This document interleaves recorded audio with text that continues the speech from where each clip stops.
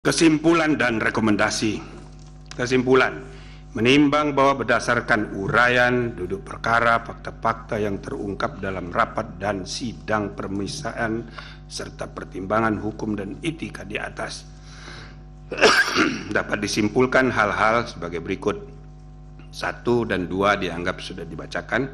3, para hakim terlapor secara bersama-sama terbukti tidak dapat menjaga keterangan atau informasi rahasia dalam rapat permusyawaratan hakim yang bersifat tertutup sehingga melanggar prinsip kepantasan dan kesopanan penerapan angka 9. 4, praktek pelanggaran benturan kepentingan sudah menjadi kebiasaan yang dianggap sebagai sesuatu yang wajar karena para hakim terlapor secara bersama-sama membiarkan terjadinya praktek pelanggaran kode etik dan perilaku hakim konstitusi yang nyata tanpa kesungguhan untuk saling ingat mengingatkan antar hakim termasuk terhadap pimpinan karena budaya kerja yang pekewuh sehingga kesetaraan antar hakim terabaikan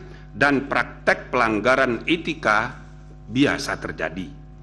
Dengan demikian, para hakim terlapor secara bersama-sama terbukti melanggar Sabta Karsa Utama, prinsip kepantasan dan kesopanan, penerapan angka 1. Rekomendasi, menimbang bahwa dengan bertolak dari hal-hal serta fakta-fakta yang ditemukan selama berlangsungnya proses persidangan Majelis Kehormatan Mahkamah Konstitusi, Majelis Kehormatan memandang penting merekomendasikan hal-hal berikut.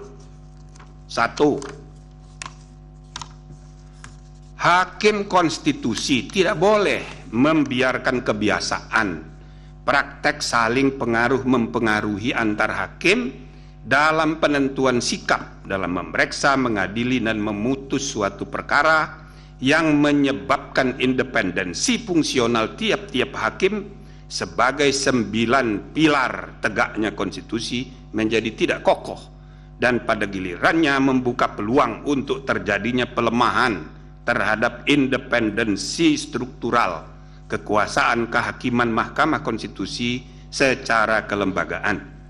2. Hakim konstitusi tidak boleh membiarkan terjadinya praktek pelanggaran kode etik dan perilaku hakim konstitusi yang nyata tanpa kesungguhan untuk saling ingat mengingatkan antar hakim, termasuk terhadap pimpinan karena budaya kerja yang pekewuh sehingga prinsip kesetaraan antar hakim terabaikan dan praktek pelanggaran etika menjadi biasa terjadi.